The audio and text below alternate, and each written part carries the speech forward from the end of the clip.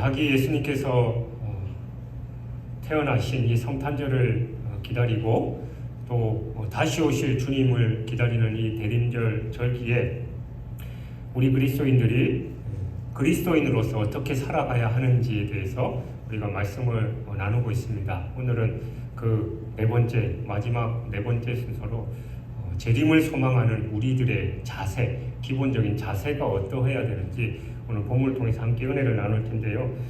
오늘 본문 앞에 있는 12절부터 15절이 재림을 바라는 또 소망하는 우리 성도들의 바람직한 상호 관계에 대해서 말씀하고 있고, 이어지는 오늘 본문은 재림을 소망하는 성도의 바람직한 일상생활 그리고 예언을 대하는 바른 태도가 어떤 것인지에 대해서 그렇게 말씀하고 있습니다. 오늘 본문이야 여러분들 신앙생활을 조금만 하셨어도 많이 들어본 말씀이잖아요. 그리고 또 액자나 또 어떤 글귀, 우리 요즘은 캘리그래피 같은 거, 캘리그래피 맞죠?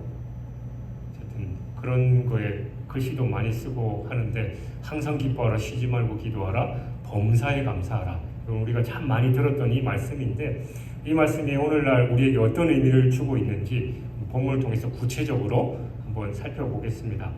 16절부터 18절 바울은 이 데살로니가 교인들을 향해서 항상 기뻐하라, 쉬지 말고 기도하라, 범사에 감사하라 라고 공고한 뒤에 이것이 그리스도 예수 안에서 너희를 향하신 하나님의 뜻이다 라고 그렇게 말씀합니다.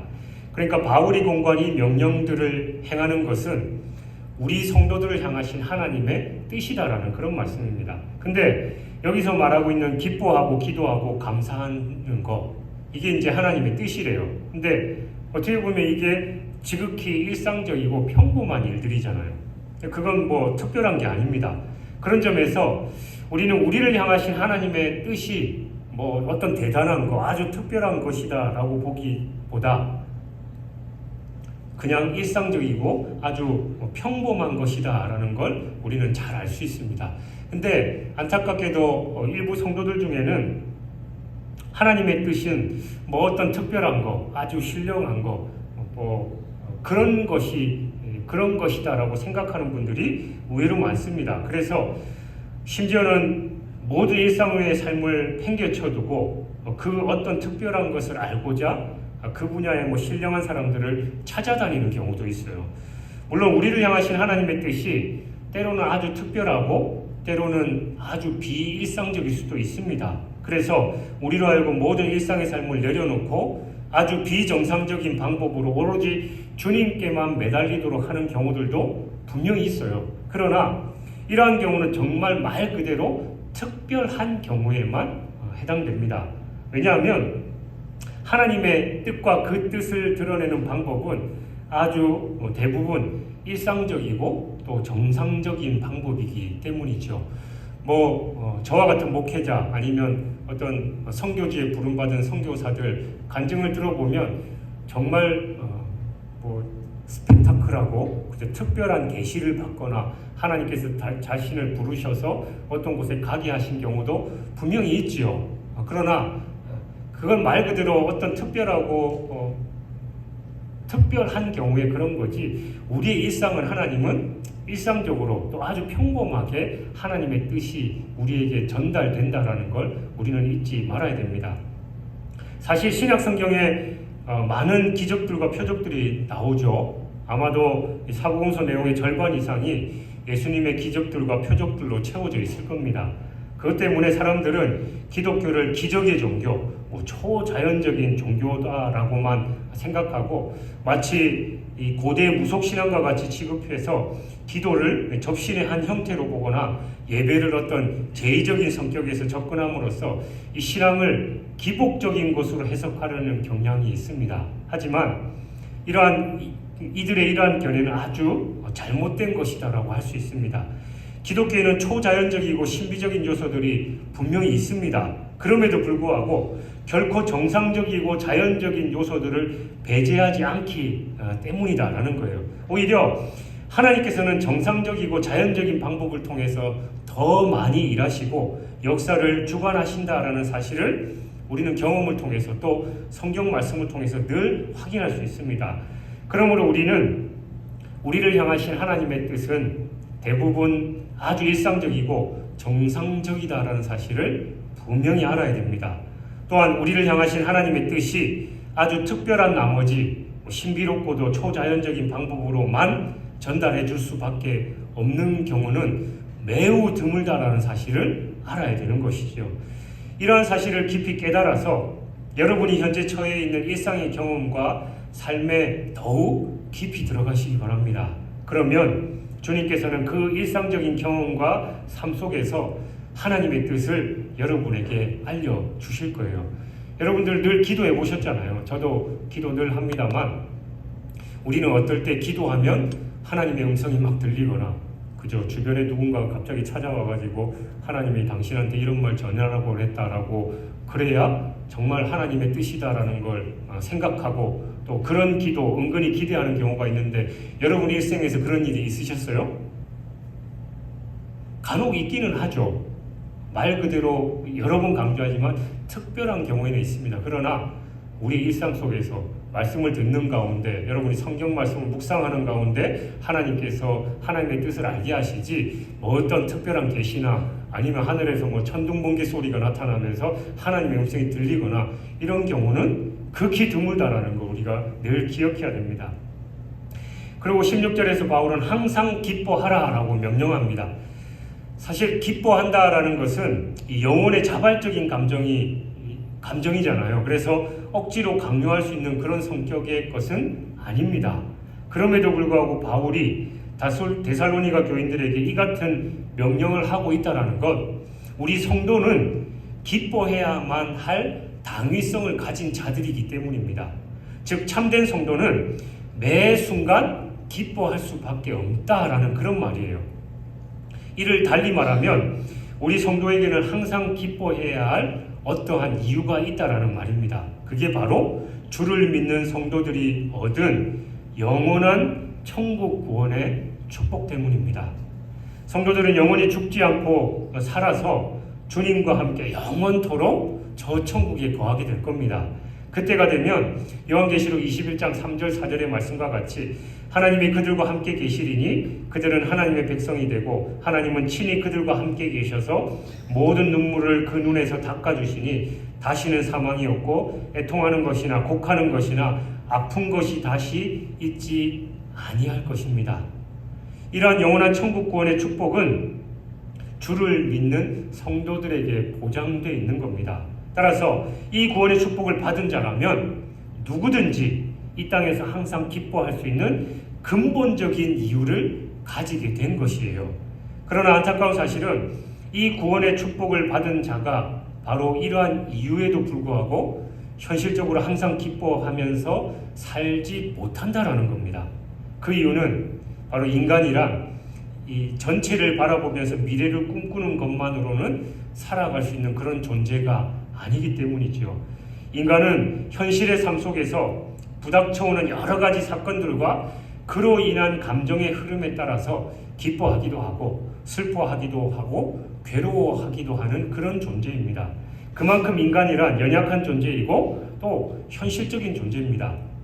그렇다면 우리가 항상 기뻐하려면 어떻게 해야 되느냐? 할 수 없는데 이런 명령을 성경이 할 이가 만무하잖아요. 그 이유는 그것은 바로 장래 완성될 영원한 천국 구원을 현재화하는 겁니다. 그러니까 하나님과 영원히 함께 거하게 되는 그 구원의 축복을 바로 이 현재 삶 가운데서 체험하면서 살아간다는 그런 말이에요. 그러기 위해서 성도는 일생의 이 궁극적인 관심사를 오직 주님께만 두어야 됩니다. 즉 오직 주님 한 분만으로 만족할 수 있으며 주님 한 분 때문에 세상의 모든 것을 포기할 수 있는 준비가 되어 있어야 한다는 그런 말이에요. 그러니까 내가 주님 한 분만으로 만족하고 주님을 위해서 나의 모든 것을 포기할 수 있는 그런 마음가짐, 그런 삶이 된다면 우리는 항상 기뻐할 수 있습니다. 근데 그게 아니니까 주님도 있어야 되고 돈도 있어야 되죠. 그리고 친구도 있어야 되고 또 즐길 거 쾌락 또 그런 것도 있어야 되지. 어떻게 주님 한 분만을 바라보면서 살아갑니까? 라고 하기 때문에 우리의 삶이 괴로울 수밖에 없습니다. 세상의 사람들과 비교하다 보니까 내가 이만큼 가지고 있는 그 감사보다는 다른 사람이 더 가지고 있는 걸 보고 우리는 불평불만하게 되고 한도 끝도 없게 되잖아요. 그러니까 저도 어릴 때 뭐 어머니한테 투정을 부리면 저희 어머니가 늘 하시는 말씀이 어떻게 위에 사람들만 보며 사냐, 니보다 못한 사람들 보고 살아야지, 그런 얘기를 늘 하셨는데, 나보다 잘난 사람, 나보다 더 많이 누린 사람 보면 우리는 절대로 만족할 수가 없습니다. 이 세상에 그 누구도 늘 감사하면서 살아갈 수 없다라는 거예요. 그래서 주님이 가시는 곳에 가라고 하시면 가고, 주님이 하라고 하시는 일을 할 준비가 되어 있는 사람만이 늘 기뻐할 수 있는 겁니다. 그럴 때 하나님과 함께하는 삶을 살게 되고, 이는 곧 항상 기뻐할 수 있는 근본적인 이유가 된다라는 거죠. 이처럼 성도에게는 항상 기뻐할 수 있는 이유가 주어져 있습니다. 그러나 성도들은 그 이유를 현재의 삶 속에서 현재화할 수 있는 의지가 필요한 거예요. 여러분, 한 달 후에 여러분에게 100억이 생긴다라고 가정을 해봅시다. 그게 이제 누군가가 주기로 결정이 돼 있어요. 그러니까 한 달 후면 여러분 통장에 100억이 들어올 겁니다. 그러면 여러분 오늘 힘들고 괴롭고 배고프고 그런 거 기쁘게 견딜 수 있으시겠어요? 견딜 수 있잖아요. 한 달 후면 나한테 100억이 들어오는데 내가 먹고 싶은 거 하고 싶은 거 다 할 수 있잖아요. 마찬가지로 그 확신이 있으면 한 달 후에 그 100억 아직 현실이 아니지만 그것 때문에 내가 지금 뭐 어쨌든 상관없어, 나 이제 100억 받을 건데 뭐 이러면서 남들 뭐 한 1,000만 원 빌려주는 거 그까짓 거 이런 얼마든지 빌려줄 수 있는 마음이 있는 것처럼, 우리가 저 천국의 영원한 생명에 대한 확신, 하나님과 동행한다라는 그 확신이 있으면 늘 기뻐할 수 있는 거예요. 힘들고 어려워도 하나님 나와 함께 하시니까 이 세상 기껏 살아봐야 뭐 100년이고 많이 살아봐야 120년일 텐데 나는 저 영원한 천국에서 영원토록 행복한 삶을 살아갈 수 있는 그 확신을 가지고 있으면 어떤 힘들고 어려운 상황 속에서도 우리는 기뻐할 수 있다라는 겁니다. 바로 오늘 본문이 그 말씀을 하고 있는 거예요. 여러분, 하나님께서 여러분에게 항상 기뻐하라 명령을 내리시는 이유를 바로 이해하시고 실제로 장차 있을 영광된 그 구원의 축복을 현재 삶 가운데 현재화하심으로써 항상 기뻐하는 삶을 살아가는 여러분이 되시길 주님의 이름으로 축원합니다. 그리고 17절에서 바울은 쉬지 말고 기도하라 라고 했습니다. 그러니까 이 말은 어떠한 환경에 처할지라도 기도하는 일을 포기하지 말고 계속해서 실행에 옮기라는 그런 말입니다. 흔히 기도라고 하는 것은 가장 친밀하고 살아있으며 진실하고 깊은 하나님과의 이 교통하는 관계를 지칭하기로 합니다. 그건 우리 성도가 하나님께 나아갈 수 있는 가장 경건한 통로입니다. 그런 이유로 기도는 오랫동안 그 인간의 호흡에 비교되어 왔죠. 인간의 육체가 호흡을 하지 않으면 곧바로 죽어버리듯이 우리 성도가 하나님과의 이 깊은 교통의 관계인 기도를 하지 않으면 곧 죽어버리게 된다라는 말입니다. 그렇기 때문에 바울은 쉬지 말고 기도하라라고 그렇게 명령하는 겁니다. 이처럼 기도는 우리 성도에게 있어서 명령입니다. 그러니까 그건 우리 자의에 따라서 해도 되고 하지 않아도 되는 그런 게 아니에요. 그건 반드시 해야 하는 것이고 또 쉬지 말고 계속해서 해야 하는 겁니다. 그럼에도 오늘날 많은 성도들은 기도를 마치 비상사태를 위해서 남겨둔 무기 정도나 혹은 필요시마다 꺼내 쓸 수 있는 이 보물상자 정도로만 여겨서 자신들이 필요하다고 생각할 때만 기도하는 그런 경향이 있습니다.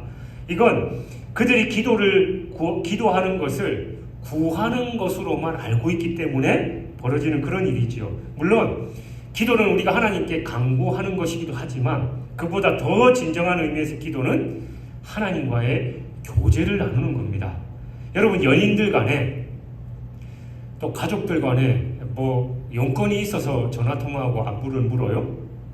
그냥 사랑하니까. 연인들은 그냥 그저 만나서 하루 종일 같이 있으면서 또 집에 가고 전화로 그냥 쓸데없는, 옆에서 들어보면 아무 영양가 없는 얘기 둘이서 그냥 히히덕거리면서 하잖아요.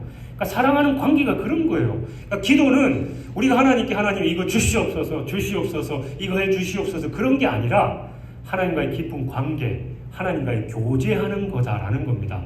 그렇기 때문에 우리는 항상 쉬지 말고 그렇게 기도해야 하는 것이죠. 한편 기도는 이처럼 성도에게 있어서 명령이고 의무인 동시에 우리 성도들만이 가진 특권이기도 합니다. 그건 우리 성도들 외에 다른 어떤 사람도 지니지 못한 놀라운 권한입니다. 왜냐하면 기도는 하나님의 능력에 임하는 통로이기 때문이에요. 우리가 기도에 대해서 무릎 꿇는다라는 이 상징적인 표현을 하는 것도 주님 앞에 자신의 무능함을 인정하고 하나님의 전능을 의지한다라는 걸 나타내기 위함입니다. 그러니까 우리는 기도를 통해서 하나님의 능력을 내 삶의 현재 속으로 끌어들여서 사용하고 있는 거예요. 물론 그것이 하나님의 능력을 내 마음대로 부릴 수 있는 그런 권한을 의미한다라는 것은 아니지만 기도를 통해서 하나님의 뜻과 능력 앞에 전적으로 순종한다라는 점에서 그분의 능력을 현재 자신의 삶 속으로 끌어들인다라고 말하는 겁니다. 그러므로 여러분, 기도는 우리에게 있어서 명령이자 특권입니다. 그건 주님께서 우리에게 기도하기를 간절히 요구하셨으며 명령하셨기 때문이에요. 또한 그것은 그분의 능력을 지금 여기에서 충분히 사용할 수 있게 하는 수단과 같은 것이기 때문입니다. 그런 점에서 기도는 하나님께서 당신의 사랑하는 자녀에게만 주시는 선물과도 같습니다. 따라서 우리는 늘 쉬지 않고 기도해야 합니다. 어떠한 환경과 처지 가운데서도 포기하지 않고 하나님께 계속 기도해야 하는 겁니다. 기도란 우리의 숨을 내쉬고 하나님의 영을 들이쉬는 호흡과도 같은 것이어야 합니다. 그리고 18절에서 바울은 범사에 감사하라 라고 말씀합니다. 여기서 범사란 말 그대로 모든 상황 가운데 언제든지라는 그런 의미를 모두 내포하고 있습니다. 따라서 이 의미는 우리 성도는 어떠한 상황 가운데서도 언제든지 하나님께 감사해야 된다라는 그런 말이에요. 하지만 이 일이 말처럼 그렇게 쉬운 것은 아니죠. 그건 감사하다라는 이 말의 원래 뜻이 어떤 사람 또는 일 때문에 일어나는 그 기쁨을 표현하는 마음의 자발적인 감정을 의미하기 때문이에요. 그렇다면 우리에게 반드시 범사에 감사할 수 있는 어떤 근거가 필요할 거 아니에요. 도대체 그 근거는 뭐냐? 왜 성도가 어떻게 해야 어떠한 상황 가운데서도 얼마든지 하나님께 감사할 수 있느냐? 우리는 그 근거를 야곱의 아들 요셉을 통해서 배울 수 있습니다. 여러분, 오늘날 요셉은 위대한 믿음의 선진으로서 우리 신앙의 귀감이 되고 있죠. 저도 구약의 인물 중에서 요셉을 가장 좋아하고 오몇번 말씀드렸지만 우리 쌍둥이 영어 이름 중에 하나이가 구약, 하나이는 신약에서 따왔는데 하나이는 요셉, 하나이는 바울, 이렇게 해서 조셉 폴로 이렇게 정했습니다. 그만큼 요셉은 많은 오늘날 우리에게 귀감이 되는 신앙의 인물이에요. 하지만 그에게도 말할 수 없는 삶의 시련들이 많이 있었습니다. 형들에 의해서 애굽의 노예로 팔려갔고 또 거기서 열심히 살았는데 보디발의 아내 때문에 억울하게 옥살이도 했어요. 그런데 의아한 사실은 그 위대한 신앙의 선진 요셉이 그처럼 힘겨운 처지를 만났을 때 하나님께 늘 감사하면서 살았다라는 말씀은 성경 어디에도 없습니다. 그렇다면 요셉의 신앙에 대한 칭찬, 저도 존경하는 인물이니까 그럼 그게 잘못됐느냐? 당연히 아니겠죠. 창세기 50장 20절에 보면 요셉은 하나님께서 그 모든 고통의 순간을 선으로 바꾸실 것을 믿었다라고 그렇게 고백합니다. 그러니까 이는 분명히 그가 하나님을 온전히 믿고 그 모든 것을 하나님께 맡기며 그 현실에 대해서 감사하며 살았다라는 살았다라는 그 내용을 내포하고 있는 거예요. 그러니까 이렇듯 하나님께서 모든 상황을 선으로 바꾸실 것을 믿는 믿음을 가진 자만이 범사에 감사할 수 있는 겁니다. 이건 곧 하나님의 선하신 섭리를 인정하는 그 믿음을 의미하는 거예요. 그래서 사도 바울은 그 유명한 로마서 8장 28절에서 뭐라고 했습니까? 우리가 알거니와 하나님을 사랑하는 자, 곧 그의 뜻대로 부르심을 입은 자들에게는 모든 것이 합력하여 선을 이루느니라. 즉 하나님의 모든 일에 있어서 하나님은 모든 일에 있어서 선을 이루시고 넉넉히 이길 힘을 주시는 분이시다라는 그 고백인 것이죠. 바로 이러한 사실을 인정하며 믿을 때 우리는 어떤 상황 가운데서도 언제든지 감사할 수 있습니다. 여러분 바울과 실라가 감옥에 갇혔을 때 그들이 신세한탄하면서 하나님을 원망했습니까? 그 자리에서 하나님을 예배하고 하나님을 찬양했을 때 옥문이 열리는 기적이 일어났던 겁니다. 여러분 하나님은 모든 것을 통해서 그 하나님의 뜻을 이루시고 선을 이루어 가셔요. 요즘 저는 이런 고백에 사실 충만해 있습니다. 1년 전까지만 해도 참 힘들고 어렵고 제가 여러 번 고백했잖아요. 목회를 그만해야지 그런 마음까지 있었는데 나중에 그걸 하나님께서 극복하게 하시고 제게 주신 은혜가 어떠한 상황 속에서도 감사할 수 마음이 생기더라고요. 그건 하나님의 주권에 있으니까 내가 지금 힘들고 어려운 상황에 있지만 내가 이 상황을 하나님의 뜻인 줄 알고 하나님은 신실하시고 완전하시고 실수하지 않으시는 하나님이다라는 것을 믿고 의지했을 때 흔들리지 않았을 때 그 믿음이 흔들리지 않았을 때 하나님은 결국은 그 모든 것을 통해서 합력하여 선을 이루시는 분이다. 그 믿음을 갖게 됐습니다. 그러면 감사할 수 있는 거예요. 내 상황과 처지는 전혀 변하지 않았지만 감사할 수 있고 기뻐할 수 있는 마음이 생기는 겁니다. 신학자 호구와 바이런은 이런 말을 했습니다. 그의 마음에 하나님의 뜻에 아멘 하는 자는 역시 할렐루야 할 수 있을 것이다. 여러분 힘들고 어려운 상황 속에서 하나님의 뜻대로 될 줄 믿습니다 라는 그런 고백, 하나님 아멘 저는 믿습니다 라는 그 고백을 했을 때 결국은 할렐루야 하나님을 찬양하게 된다라는 거예요.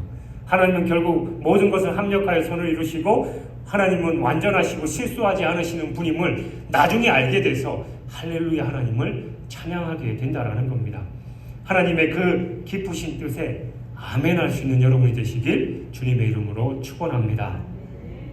19절에서 바울은 성령을 소멸하지 말라라고 말합니다. 여기서 소멸하다라는 말은 문자적으로는 이 불을 끄다라는 그런 의미, 또 비유적으로는 억누르다라는 그런 의미를 지닙니다. 따라서 이 의미는 성령의 불을 끄지 말라 또는 성령을 억누르지 말라라는 그런 말이죠. 그런데 여기서 말하는 성령에 대해서 이 대부분의 학자들은 우리 성도들의 심령 속에서 역사하시는 성령의 활동, 그러니까 성령의 은사를 의미하는 것으로 봅니다. 왜냐하면 피조물에 불과한 인간이 성령을 소멸하고 성령을 억누르고 성령을 끌 수는 없는 거잖아요. 따라서 이 말씀의 좀 더 정확한 의미는 바로 성령의 역사나 혹은 성령의 은사를 강하게 억눌러서 억제하지 말라라는 그런 말입니다. 그래서 도대체 우리가 어떻게 우리 안에 계신 성령의 역사가 소멸하게 만드는 거냐? 그건 바로 우리가 육체의 소욕을 따를 때 내 안에 성령의 역사가 소멸되고 억눌러진다라는 거예요. 사도 바울이 갈라디아서 5장 17절에서 육체의 소욕은 성령을 거스르고 성령은 육체를 거스르나니 이 둘이 서로 대적함으로 너희가 원하는 것을 하지 못하게 하려 함이라 라고 말합니다. 여기서 육체 소욕이라는 것은 죄된 인간 본성에 기인한 이 욕심을 의미하는 거고, 성령의 소욕은 우리 속에 내주하는 성령으로 말미암아 갈등 또는 혹은 소원을 의미하는 겁니다. 그런데 이 두 욕심과 갈망이 조금도 타협할 만한 기미가 없이 첨예하게 대립되어 있다는 말입니다. 그래서 마치 이 한 수레를 서로 반대 방향으로 끄는 두 마리의 소와 같이 우리가 육체 소욕을 따르면 성령의 갈망은 소멸되는 반면에 성령의 갈망을 따르면 육체 소욕이 소멸된다라는 거예요. 그리고 계속해서 사도 바울은 갈라디아서 5장 19절에서 21절에서 육체 소욕의 구체적인 사례들에 대해서 소개하고 있습니다. 그걸 음행, 더러운 것, 호색, 우상숭배, 주술, 원수 맺는 것, 분쟁, 시기, 분냄, 당짓는 것, 분열함, 이단, 투기, 술 취함, 방탕함. 그러니까 이러한 행위들을 하는 자들은 육체의 소욕을 따르는 자들이고 결국은 그들에게는 성령이 소멸된다라는 거예요. 그러니까 내가 억지로 성령을 누르고 성령이 역사하지 못하도록 방해한다는 그런 의미가 아니라 우리가 육체 소욕 이 것들을 따르는 삶을 살아가면 내 속의 성령은 자연스럽게 소멸돼 버리고 만다라는 겁니다. 그런데 이 모든 것들의 공통된 전제를 곰곰이 살펴보면 이게 바로 자기 중심의 삶을 추구한다라는 걸 우리는 알 수 있죠. 즉 자기 자신이 삶의 주인이 돼서 내 마음대로 모든 것을 계획하고 모든 행동을 한다라는 그런 말입니다. 따라서 하나님 중심의 삶을 가르치는 성령의 소망은 당연히 소멸될 수밖에 없는 것입니다. 이러한 사실에 대해서 영국에 뛰어났던 그 신학자 매튜 헨리는 연료를 없애버리면 불은 꺼지고 말듯이 우리가 우리 영혼을 분발시키지 않는다면, 또한 우리 안의 모든 것을 성령의 지시에 일치시키지 않는다면 우리는 성령을 소멸시키게 될 것이다. 물을 붓거나 많은 양의 진흙을 끼얹으면 불은 꺼지고 만다라고 말했습니다. 우리가 육적인 욕심이나 이 세상적인 것에 집착하면 우리 속에 내주하셔서 친히 역사하시는 성령의 불은 꺼지고 마는 겁니다. 그러므로 여러분, 우리는 우리 속에 성령의 불이 꺼지지 않고 활활 타오르도록 계속해서 연료를 공급해야 됩니다. 그 연료가 뭡니까? 말씀과 기도예요. 늘 말씀 안에 거하고 또 기도하면서 그 말씀을 깨닫도록, 그리고 늘 하나님만을 생각하면서 살아가면 내 안에 성령의 능력이 활활 타오르서 역사할 텐데, 맨날 음란한 거 생각하고 돈만 바라보고 먹는 거, 또 세상 사람들이 하는 거, 그런 것들만 보고 있으면 성령은 역사할 수가 없죠. 그러면 악한 영이 활활 타올라서 그 악한 영대로 우리가 끌려가게 될 수밖에 없다는 걸 우리는 기억해야 됩니다. 그래서 우리는 늘 우리의 모든 삶을 성령께 집중하면서 성령의 음성에 귀 기울이고 순종하는 삶을 살아야 하는 겁니다. 그리고 21절에서 바울은 범사에 헤아려 좋은 것을 취하라라고 말합니다. 여기서 범사란 말 그대로 이 말은 성령의 강화로 말하고 행하는 모든 것, 그러니까 예언을 비롯한 모든 성령의 은사를 지칭하는 그런 말입니다. 또한 헤아리다라는 말은 참인지 거짓인지를 시험하고 분별하다라는 그런 말이에요. 따라서 이 의미는 예언을 비롯한 모든 성령의 은사들이 순수한 것인지 오염된 것인지를 분별하라는 그런 말입니다. 그건 우리 성도들이 들려지고 보이고 행하는 그 모든 것을 무조건 수용하거나 또는 무조건 거부하면서 좌충우돌하는 영적인 오류에 빠지지 않도록 하기 위한 것입니다. 결국 영적 분별을 지닌 성도가 지녀야 할 영적인 시금석이다라는 거예요. 이건 본문과 같이 성령의 은사뿐만이 아니라 우리 성도들의 신앙생활에 관련된 모든 영역에 해당됩니다. 그러니까 일반적으로 하나님이 일하시는 곳에는 늘 사탄의 역사도 숨어있기 마련이에요. 제가 늘 입버릇처럼 말하잖아요. 여러분이 은혜받고 하나님의 뜻대로 살려고 하면 사탄은 더 열심히 우리를 방해하게 될 것이다. 제가 이번에 말씀을 준비하면서 이미 그런 얘기를 한 신학자가 있더라고요. 신학자 핸드릭슨이 이런 얘기를 했습니다. 하나님께서 미라를 뿌리시는 곳에는 언제든지 사탄이 독초를 뿌린다. 하나님께서 교회를 세우시는 곳에는 언제든지 마귀가 그의 전을 세운다. 그리고 보혜사 성령께서 참된 예언자를 내시는 곳에는 언제든지 속이는 자가 거짓 예언자를 출현시킨다. 그러므로 우리는 현재 자신의 눈앞에서 하나님의 이름으로 이루어지고 있는 여러 일들이 순수하게 하나님으로부터 말미암은 것인지 혹은 사탄의 역사에 따른 미혹인지를 확실하게 분별할 수 있는 영적인 분별력을 지녀야 됩니다. 물론 이러한 영적인 분별력이 우리 개인적인 수련을 통해서나 혹은 대단한 지식을 소유한다라고 해서 얻어지는 건 아닙니다. 그건 오직 주님의 말씀을 늘 읽고 깊이 묵상하면서 하나님의 뜻과 계획을 분별할 줄 아는 자에게 자라나는 영적인 힘입니다. 여러분, 부부간에 20년, 30년 오래 사시면 어때요? 척하면 척이죠. 괜히 이 말하면 저 사람이 열받을 걸 아니까 속으로 올라오더라도 그냥 억누르고, 또 어떤 일을 하면서도 살짝 눈치만 주면 서로 마음을 알잖아요. 그래서 알아서 움직이게 되죠. 그 왜 그래요? 20, 30년 살을 맞대면서 살아왔던 부부지간이기 때문이잖아요. 마찬가지로 우리도 늘 하나님 말씀을 깊이 묵상하고 기도하는 자리에서 하나님과 교제하면 하나님의 뜻을 자연스럽게 알게 되는 겁니다. 말씀을 늘 묵상하고 또 성령께서 깨닫게 하시니까 이게 하나님의 뜻이구나 아닌구나를 우리가 어떤 상황을 바라보면 분별할 수 있는 영적인 그런 능력이 생기는 거예요. 하지만 아쉽게도 주님의 말씀인 성경은 오늘날 우리 성도들이 살아가는 삶의 모든 세부적인 지침들까지는 제시해주지 않잖아요. 단지 성경은 대개의 경우 삶의 큰 원리만을 제시해줄 뿐입니다. 내가 어떤 동네에 집을 사야 될까요? 그 성경 어디를 펴면 어디 동네에 얼마 정도가 적당하니까 사라라는 그런 말이 있으면 얼마나 좋겠습니까? 근데 성경에는 그런 구체적인 내용이 없다는 거예요. 말씀드렸듯이 우리가 성경 말씀을 늘 깊이 묵상하고 하나님과 교제하게 되면 내가 이 집을 살아야 되는지 말아야 되는지도 하나님의 뜻인지 아닌지를 분별할 수 있게 된다는 거예요. 그렇다고 해서 모든 걸 다 하나님의 뜻인지 아닌지를 분별하면서 그런 영적으로 피곤한 삶을 사는 분들이 간혹 있어요. 여러분, 너무 과하면 오히려 자신에게 안 좋은 영향력을 끼칩니다.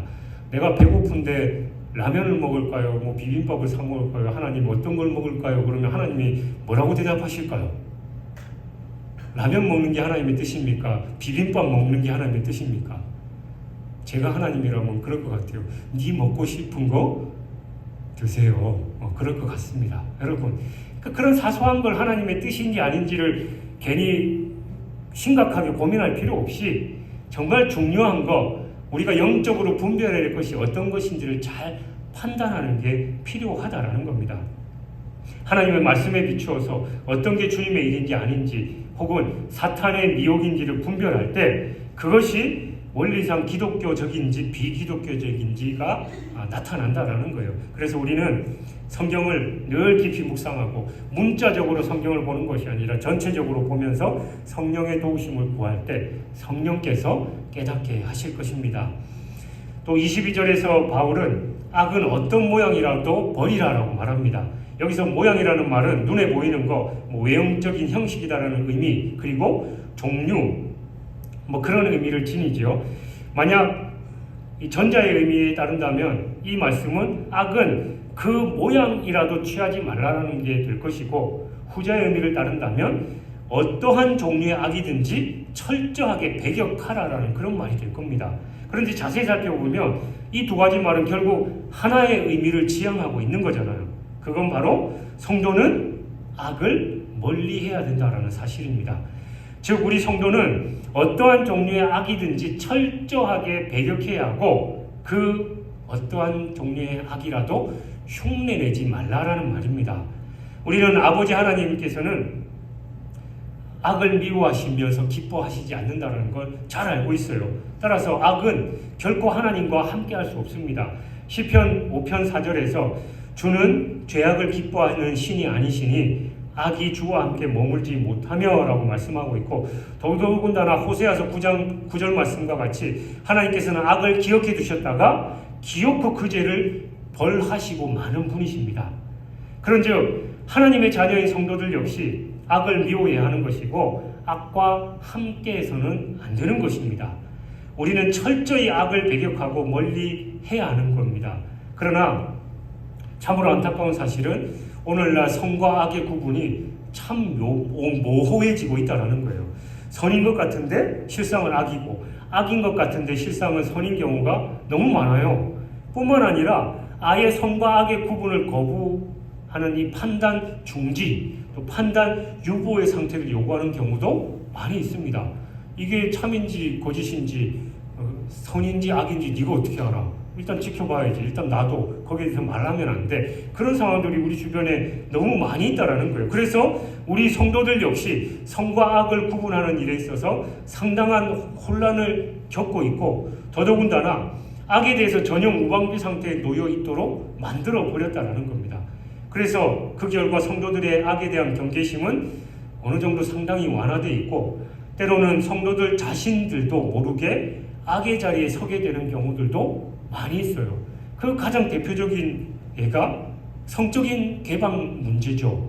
여러분, 옛날에 뭐 요즘 뭐 TV나 뭐 일반적인 우리의 문화가 어떻게 돼 있습니까? 전통 사회에서는 성이라는 게 억압되어 있고 부끄러운 것이고 숨기는 것이어야 된다라고 우리가 늘 그렇게 생각했지만 요즘은 어떻게 해요? 성적으로 얼마나 자유롭고 개방돼 있습니까? 그래서 혼외 정사의 문제나 혼전 혼숙의 문제에 대해서는 아무런 제재를 가하면 안 된다라고 일반적으로 그렇게 주장하고 있어요. 우리나라도 간통법이 폐지됐죠. 폐지되고 이제 국회에서 그에 적당한 법을 만들려고 했는데 아직 계류 중인 그런 상황이 있습니다. 옛날에는 결혼을 유지한 상태에서 이제 바람을 피거나 그러면 이 배우자에 대한 그 뭐라고 됩니까? 하여튼 뭐 그걸 배반했다라고 해서 뭐 신의를 배반했다고 해서 법적으로 처벌했는데 그런 게 없어졌어요. 그러면서 그게 뭐 당연하지 사랑이 죄냐, 뭐 사랑은 교통사고와 같은 거다, 갑자기 찾아오는 거다, 뭐 이런 드라마의 카피나 이런 게 멋있는 말이 돼버린 그런 세상이 돼버리고 말았어요. 그리고 결혼하면서 자연스럽게 임신을 해서 결혼하면 혼수해간다라는 표현을 하잖아요. 여러분들은 그런 부분에 대해서 거부감이 드셔요? 우리 그리스도인들도 이제는 편해졌어요. 그런 거 어느 정도 용납하게 되고 그렇게 됐다라는 겁니다. 세상은 점점 그렇게 변해가고 있습니다. 그런 가운데 우리는 신앙적으로 또 신학적으로 어떻게 그것들을 분별해야 되는지를 우리가 제대로 알아야 된다라는 겁니다. 여러분, 우리는 이제 다시 한번 우리 자신을 점검해야 됩니다. 왜냐하면 이러저러한 종류의 악에 대해서 방만한 태도를 보이다가 보면 언젠가 악의 행위에 깊이 빠져드는 자기 자신을 발견하게 될 것이기 때문이에요. 제가 어떤 목사님, 그 사모님하고 얘기를 나누다가 그 사모님이 그러더라고요. 요즘 세상이 워낙, 그 사모님은 이제 그 학교 청소년들 대상으로 강의도 하고 뭐 진로 상담도 해주고 그런 일들을 하시는데, 그러니까 요즘 청소년들 사회가 성적으로 너무 그렇게 피폐해져 있고 그렇다라는 거예요. 여러분 그 기사나 이런 걸 보면 이미 뭐 초등학교 5학년 때부터 첫 경험을 하고 이런 게 일반화돼 있어요. 여러분 주변에 아닌 것 같지만 잘 찾아보면 그게 널려 있습니다. 세상이 그렇게 돼 있는 거예요. 그래서 그 사모님이 말하길 자기 친구랑 이렇게 얘기하다가 그 친구는 아들 둘이 있는데 이제 그 아들들한테 늘 당부하는 얘기가 그거래요. 야, 뭐 내가 너를 맨날 쫓아다니면서 뭐라고 할 수는 없지만 제발 어디 가서 애 생겼다고 그런 얘기만 제발 안 했으면 좋겠다. 그런 얘기를 한대요. 그러니까 일반적으로 그런 게 현실이 돼버렸고 그런 표현까지 자기가 하고 있다라고 그렇게 고백을 했다라는 겁니다. 여러분, 우리는 어떠한 방법으로든 어떠한 노력으로든지 철저하게 악을 감시하고 그걸 배격하는 태도를 취해야 됩니다. 오늘 본문 말씀처럼 악은 흉내도 내지 말고 또 어떤 종류도 따라해서는 안 된다는 걸 우리는 기억해야 됩니다. 사랑하는 여러분, 바울은 본문에서 주의 재림을 소망하는 성도들의 바람직한 일상생활 그리고 예언에 대한 바른 자세에 대해서 말씀합니다. 그렇다면 우리는 주님의 재림을 소망하는 자들로서 과연 바울의 이 교훈에 얼마나 합당한 생활을 하고 있느냐라는 겁니다. 늘 이 기준에 근거해서 신앙생활하면서 여기에 부족함 없도록 우리는 노력해야 될 것입니다. 항상 성령의 음성에 귀 기울이면서 진리의 말씀 위에서 믿음을 지켜서 항상 기뻐하고 쉬지 말고 기도하면서 범사에 감사하는 삶, 매 순간 성령의 음성에 귀 기울여서 순종하고 악에서 떠나 선한 일을 행하는 여러분의 삶이 되어야 될 줄 믿습니다. 그것이 바로 아기 예수님께서 이 세상의 빛으로 어두운 이 세상 또 악이 득세한 이 세상에서 빛으로 오셔서 그들에게 진리가 무엇인지를 알려주셨던 것처럼 또 다시 오실 주님은 우리에게 그 빛의 사명을 맡기셨는데 마지막 다시 오실 주님은 구원주가 아니라 심판주로 오실 텐데 우리에게 내가 빛된 삶, 소금으로서의 삶을 살아라고 했는데 그런 삶을 잘 살았느냐라고 물어보실 때 주님 그렇습니다. 이 악한 세상에 우리가 부족하지만 이런 노력을 하면서 살았습니다라고 당당하게 고백하면서 착하고 충성된 종이라 칭찬받는 저와 여러분이 되시길 주님의 이름으로 축원합니다.